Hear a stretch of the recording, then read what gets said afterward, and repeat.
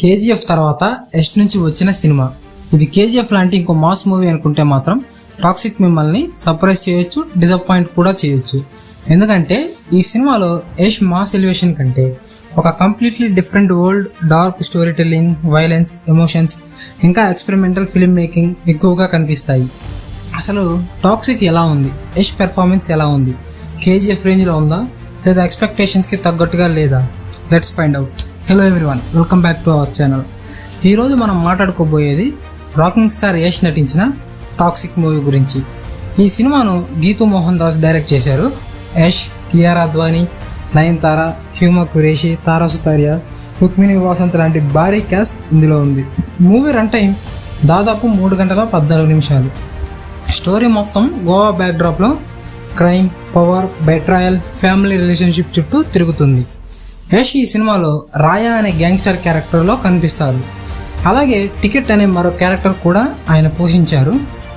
ఇక్కడ ఇంట్రెస్టింగ్ విషయం ఏంటంటే ఇది ఒక సాధారణ గ్యాంగ్స్టర్ స్టోరీలా స్టార్ట్ అయ్యి గ్రాడ్యువల్లీ క్యారెక్టర్స్ యొక్క సైకాలజీ, రిలేషన్షిప్స్, వైలెన్స్, ఐడెంటిటీ లాంటి విషయాల్లోకి వెళ్తుంది. అందుకే సినిమా మొత్తం చూస్తున్నప్పుడు నెక్స్ట్ ఏం జరుగుతుంది అనే క్యూరియాసిటీ ఒకవైపు ఉంటే, అసలు ఈ సినిమా ఏ డైరెక్షన్లో వెళ్తుంది అనే కన్ఫ్యూజన్ మరోవైపు వస్తుంది. ఇక యష్ గురించి ప్రత్యేకంగా చెప్పుకోవాలి.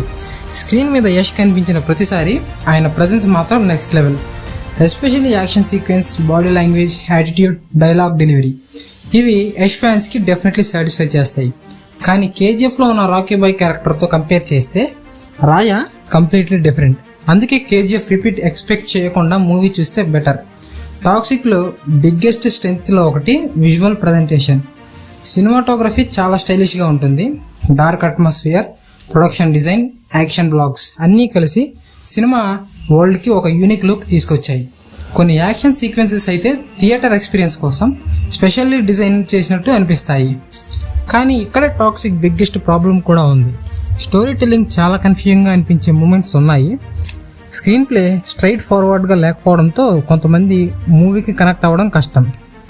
అదే సమయంలో 3 గంటల 14 నిమిషాల రన్ టైం కూడా కొంచెం హెవీగా అనిపిస్తుంది.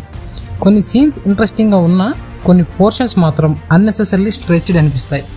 అలాగే ఎమోషనల్ కనెక్ట్ కూడా అందరికీ ఈక్వల్లీ వర్క్ అవ్వకపోవచ్చు. అంటే స్టైల్ ఉంది, స్కేల్ ఉంది, యష్ కూడా ఉన్నాడు, కానీ స్టోరీ మాత్రం అందరినీ ఈక్వల్లీ కన్విన్స్ చేయలేకపోయింది. రవి బసూర్ మ్యూజిక్ కూడా సినిమాకి డార్క్ టోన్ ఇవ్వడంలో హెల్ప్ చేసింది. ఓవరాల్ టెక్నికల్ డిపార్ట్మెంట్ మాత్రం స్ట్రాంగ్. గీతూ మోహన్ దాస్ ఒక రెగ్యులర్ కమర్షియల్ గ్యాంగ్స్టర్ మూవీ చేయకుండా ఒక ఎక్స్పెరిమెంటల్ అప్రోచ్ తీసుకున్నారు. అది కొంతమందికి చాలా కొత్తగా అనిపిస్తుంది, మరి కొంతమందికి మాత్రం అన్నెసెసరీలీ కాంప్లికేటెడ్గా అనిపించవచ్చు. Finally toxic hit of ఫ్లాపా?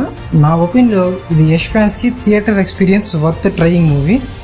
కానీ కేజీఎఫ్ లాంటి సింపుల్ మాస్ ఎంటర్టైనర్ ఎక్స్పెక్ట్ చేస్తే మాత్రం డిసప్పాయింట్ వచ్చే ఛాన్స్ ఉంది. నాకైతే సినిమా అంతగా నచ్చలేదు, యావరేజ్లా అనిపించింది. మీకు stylish visuals, dark gangster world, experimental story telling నచ్చితే టాక్సిక్ డెఫినెట్లీ ట్రై చేయొచ్చు. కానీ simple story, strong emotional connect, fast paced commercial entertainer కావాలనుకునే వాళ్ళకు సినిమా మాత్రం స్లో మరియు కన్ఫ్యూజింగ్గా అనిపించవచ్చు. నా rating 2.5/5. Yash performance, visuals, actions, story telling mixed, screen play కూడా మిక్స్డ్, రన్ టైం కొంచెం ఎక్కువ. మొత్తానికి టాక్సిక్ పేరు లాగే అందరికీ కాదు, కొంతమందికి మాత్రమే కనెక్ట్ అయ్యే సినిమా. మీరు టాక్సిక్ మూవీ చూసారా? మీ రేటింగ్ ఎంత? కామెంట్ సెక్షన్లో చెప్పండి. వీడియో నచ్చితే లైక్ చేయండి, షేర్ చేయండి. మరిన్ని ఇలాంటి more interesting movie updates and reviews కోసం మా ఛానల్ సబ్స్క్రైబ్ చేసుకోండి. Until then keep watching.